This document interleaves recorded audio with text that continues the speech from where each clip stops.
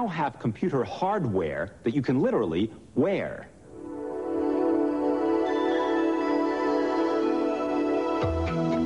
Ladies and gentlemen, welcome to this evening's preview of the 2003 Spring Summerwear collection from the House of NEC. We call this collection Dressing for Texas. Hiroshi sports the latest information system in a stunning yellow and black ensemble.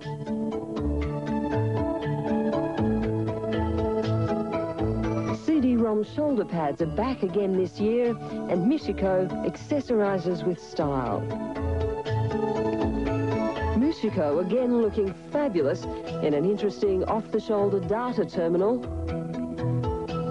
And this little number is the lap body. It's the laptop you can wear standing up. What you've been looking at is the next generation of personal computers. In the not-too-distant future, human beings will wear the computers they use. We'll choose our hardware, not just for its bits, bytes and RAM, but, like designer clothing and jewellery, for its look, comfort and style. It's a revolution whose time has come. You could hardly say computer design has been high on the list of hardware priorities. The technology of the cathode ray tube dictated that computers be box-like and bulky. But flat-screen technology and advances in electronics allowing for shrinking hardware are freeing designers to begin making truly user-friendly computers.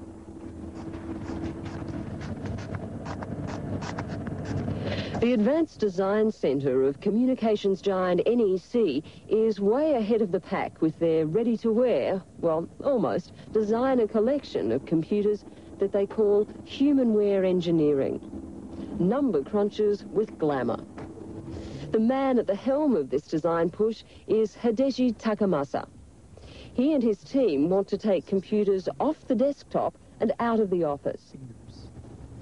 Using flexible rubber and soft textures, they're creating computers with curves and shapes, configured around the human body and designed for human activities. For the 21st century executive, there'll be no need to stop work just because you've left the office. Let's say you have a letter to get out. With the Porter office, you have three options.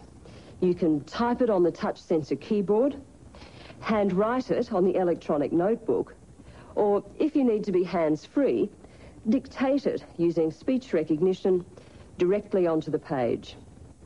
When you're done, a camera located here records the image, and it's then faxed using, say, a cellular network back to your secretary.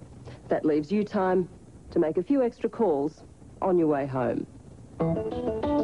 The circuitry and battery power for all this is located in tubing running up the spine. Another kind of portable office will be wheeled straight to the boardroom. Easy to store and more comfortable than a laptop, the software will be as flexible as its spine, using integrated circuit cards stored in your wallet. However, not all the wearable computers are for work. Leisure appliances will also become apparel. If you've ever found yourself running after a small child, video camera in hand, then you'll understand the design motivation behind the WearCam. The camera body and lens sit here, just in front of your chest. Aim and focus with the trackball on your hip and view the image on this screen. Camera wobbles aren't a problem because the whole outfit comes with shock cancellation software and magnetic float suspension. Now, if your camera work still doesn't make the grade, even with all these features, don't worry, because pictures recorded on an optical disc can be erased. Prototypes are also being designed to tackle difficult conditions. These future computers will be ideal for the weightless environment of space, where anything not attached to the body would float away. Back on Earth, Japan's traffic jams are now so bad that many people have died in the ambulance on their way to hospital. With that in mind comes a medical PC for the postmodern ambulance officer and paramedic. A trackball sensor monitors the patient's vital signs, while a camera is recording surface injuries.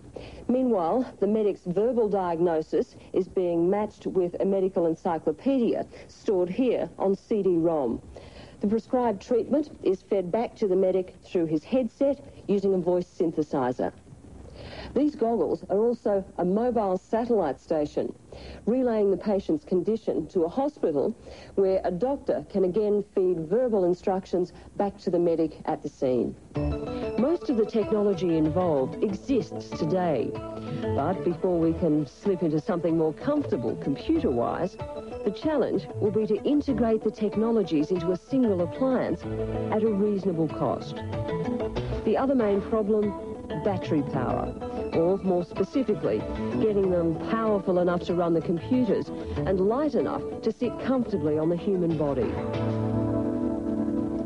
Despite these problems, NEC predicts that as early as 1995, all the best-dressed inventory checkers in warehouses and supermarkets will be wearing this data terminal. As you sweep your arm across the shelves, this sensor reads the barcodes. They can also be entered via touchpads on your forearm.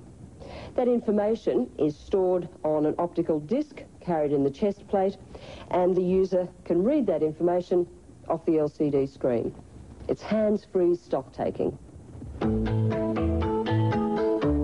Most of these models won't be available until early next century, but it's shaping up to be a future in which fashion victims make fashion statements by how they wear their computers.